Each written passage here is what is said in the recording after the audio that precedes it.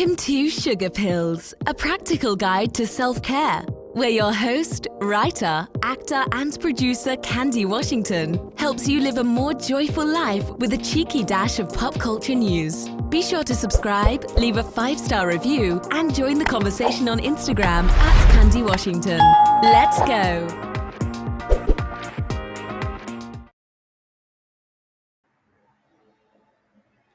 Hey everyone, and welcome back to Sugar Pills, your practical guide to self-care. If this is your first time joining us, I'm your girl, Candy Washington, and this is your safe place to get your glow up on. That's right, this is your safe space and community to learn tips and tools to step into the most empowered and highest version of yourself. And I am currently manifesting this podcast and YouTube channel going viral. So don't forget to like, rate, review, subscribe, and share. If you're watching this, you can see I'm wearing our Love sweatshirt. I'm also drinking out of our Love mug. And I also have with me our vanilla sweet cream candle. So if you are looking to get some merch from us, just go to the link in the show notes and the description box. You can pick up some t-shirts, sweatshirts, mugs, candles, and more. So yeah, there you have it. There's my shameless plug for the episode. But let's get into it. So today's episode is all about how do you validate yourself? And this one is geared toward my single ladies or my single guys out there, whichever. But this is really geared toward the people who are single and they're sort of looking for that validation from a romantic partner or someone that can, kind of give them that feeling of being chosen, right?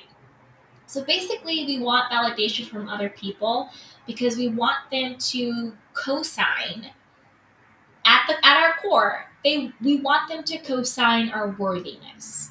We want someone to say, you are chosen, you are enough, you are beautiful, you're attractive, you're hot, you're this, you're that, and the third, whatever it is, right? You're safe, whatever it is. We want that validation from somebody else, so then we know that we're good enough, we're valuable, we're worthy, we're lovable. And that is totally natural and totally normal. But where you step into your true power, where you step into that highest version of yourself, is when you don't need anyone's validation or approval to know your worthiness, to know your value, to know your lovability, to have self-esteem and self-confidence. You validate who you are. So regardless of somebody else's opinions, mood, whims, choices, that does not take away from you knowing who you are. So let's talk about a couple of ways to get to that place, right? Because as long as you are, keyword, dependent, right? That's where that codependency comes in. That's where that neediness comes in. That's where that desperation comes in. As long as you are dependent on someone else to tell you how to feel about you, you will never be in control of your own emotions. You will never be in control of your own self-esteem and self-worth. You will always outsource that responsibility to somebody else. And the truth is, that person doesn't deserve to have that pressure to make you feel good about you. And that person doesn't deserve that responsibility because it's actually your responsibility and it's up to you to get to a place to feel good about you, right? So I think the first thing we should do is when we are in those moments where we really want that validation from somebody else, get clear on what that emotion's going on, right? I need affection. I need attention because I'm feeling what? Are you feeling lonely? Are you feeling unattractive? Are you feeling vulnerable? Are you feeling depressed? Are you feeling unsafe? Are you feeling insecure? Are you feeling scared, insignificant? All of those things, right? And then you want to think about how can I now meet my own need? So instead of seeking validation from somebody else, which could look like, I don't know, maybe calling an ex, reaching out to an ex, DMing, calling, texting, or whatever, because in your mind, you feel this is the person that didn't choose me. This is the person that didn't think I was good enough. So if I can get that person to pay attention to me, to show me some affection, then maybe I can start to feel good and worthy and chosen, right? So instead of outsourcing that to somebody else, choose a different way. So the way you would validate yourself in that situation is, instead of calling your ex, call a friend, call your therapist, call your mom, call your dad, call your sister, call your brother, whoever. Call someone within your support system, within your community, that can really be there for you in an unconditional way. So it's not transactional. They're not trying to get something from you, and you're not trying to get something from them. Yeah, you want support, but it's not in that transactional way, right? It's not in a, if my ex doesn't call me back, then I don't feel good about me type of way. Or if my ex does call me back, then now I know I'm good enough. Now I know I'm chosen and worthy, right? It's not that transactional way. It's that supportive way. And it's not that you're looking to your friend, therapist, brother, sister, mother, whoever is in your support system. It's not that you're looking to them to validate who you are. What you're doing is you're making a choice based on choosing the healthiest road for yourself. So you're not looking for those people to validate you. You've already validated how you feel. You're like, you know what? I'm feeling lonely right now. I'm feeling depressed right now. I'm feeling not good enough. I'm not feeling chosen right now. So instead of trying to get my ex to make me feel better about me, I'm gonna honor how I feel, and I'm gonna choose people who are safe, right? So that is where it's from. You're not looking to these people to validate how you feel. You've already validated how you feel, and since you validated how you feel, now you're gonna go to the right people who can actually help and support you, rather than going back to that same unhealthy transactional dynamic with the person who probably made you feel worthless in the first place.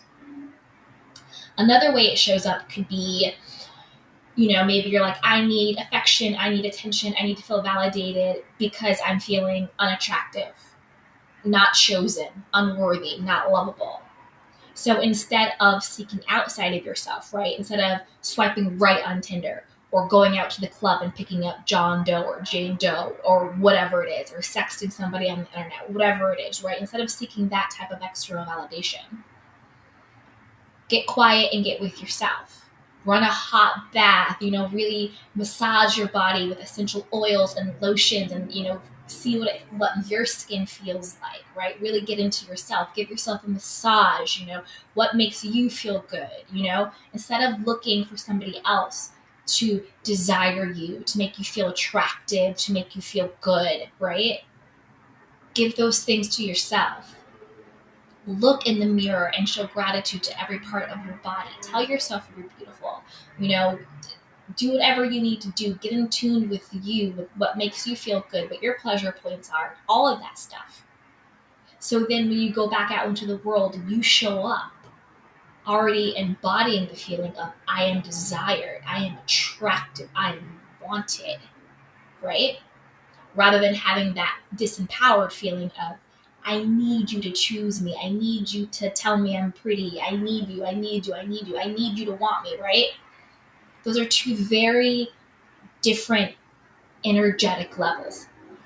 One is, I need you to do this for me. And one is, I already am.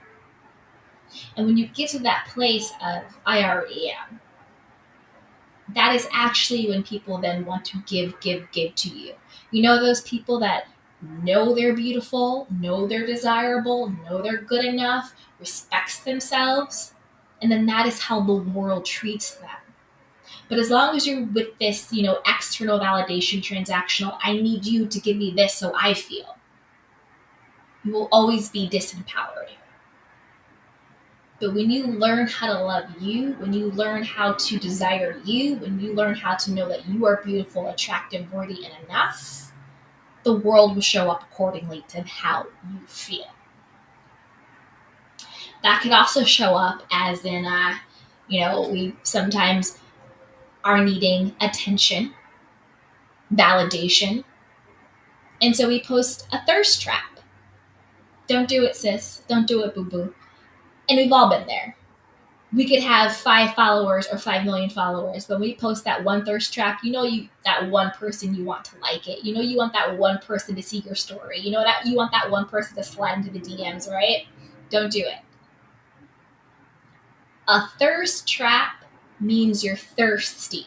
And we don't have time in 2022 or whenever you're listening or watching this to be thirsty. We're not thirsty. When you're thirsty, you need somebody else to pour into you because you're parched. No, we are not thirsty over here at Sugar Pills. Okay? Our cup runneth over here at Sugar Pills. We overflow. We're not thirsty.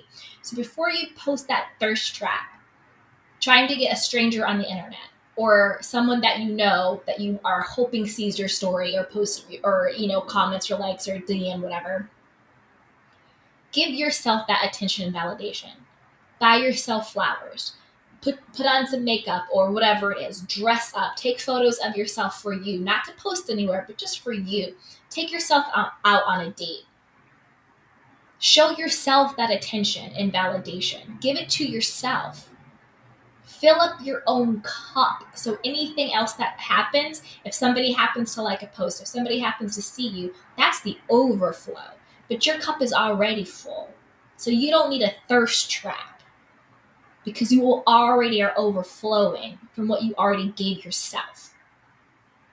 That's what self-validation looks like. Filling up your own cup and not worrying about who's going to pour into you because you're not thirsty.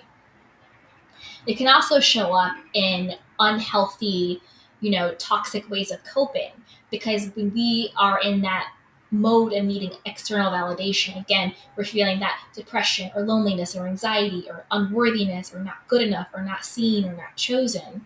We want to run away from those feelings. We don't want to feel that. So we want that ex to tell us. We want that person on Tinder to tell us. We want a thirst trap. Or we do unhealthy things like overdrink, do substances, right? Overeat, undereat, oversleep, undersleep, whatever it is. We just don't take care of ourselves because we're trying to numb facing those uncomfortable feelings.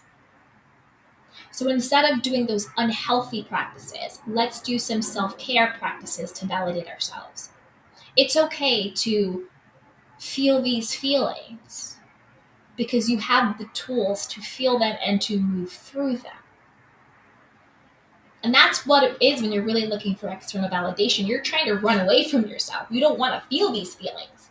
So you're outsourcing your validation to other people and other things, whether it's drinking, sex, whatever it is, right? To not feel it. So when you have those unhealthy habits, instead, might sound a little cheesy, but spend the night journaling. Do some journal prompts. Why am I afraid to be alone?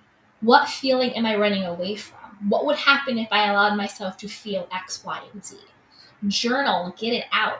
Talk to yourself. You can always call a friend or call someone, but even just talking to yourself.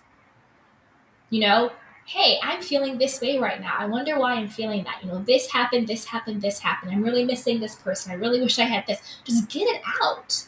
Talk to a camera or talk to the mirror or do whatever you want, but get it out. Get it out of you. Because once you get it out of you, you have perspective. You have distance from it. And when you have perspective and distance and awareness, you disempower those feelings. So get it out of you. Go for a walk, journal, talk to yourself about your feelings. Get it out there. Cry if you have to. Hug yourself. Hug someone else safely because we're still in this situation. But if you can, if you don't have to social distance with someone, hug them. Hug yourself. Cry. Let it out. So instead of running away from those feelings with unhealthy coping mechanisms, hit it face on and take away its power, because whenever you shine a light on darkness, it dissipates, it disappears, it goes away. So that is what you have to do when it comes to self-validation. Get that awareness and then use your tools to validate who you are, to fill your own cup up, to know that you are worthy, valuable, enough, and chosen because you choose you. And the moment you choose yourself, everything else will fall into place. Might take some time, it might not, but everything will fall into place when you choose you. And from that place of knowing that you are already chosen by yourself, you don't need anybody else's stuff. And then when other people do co-sign you, when other people do choose you, when other people do give you that validation, that's the overflow. Because remember, we're not thirsty here. We're overflow over here. That's the overflow. But your cup is already full. So there you have it. That was today's episode of Sugar Pills. Just some ways to validate yourself. So if you enjoyed this episode, that's right. So if you enjoyed this episode, be sure to like, rate, review, and subscribe. And again, I am manifesting this YouTube channel and podcast going viral. So share, and share alike. Leave a comment below. Let me know, what were your aha moments? What are you working on with self-validation? And if you have any other topics or questions or themes that you want me to cover, you can always email me at info@candywashington.com and join me on Instagram, because that's where it goes down in the DMs at over there on @CandyWashington. Give me a follow, give me a shout out, give me a tag, and I will show you some love. So until next time, be well, my lovelies. Take care of yourself and each other. Bye.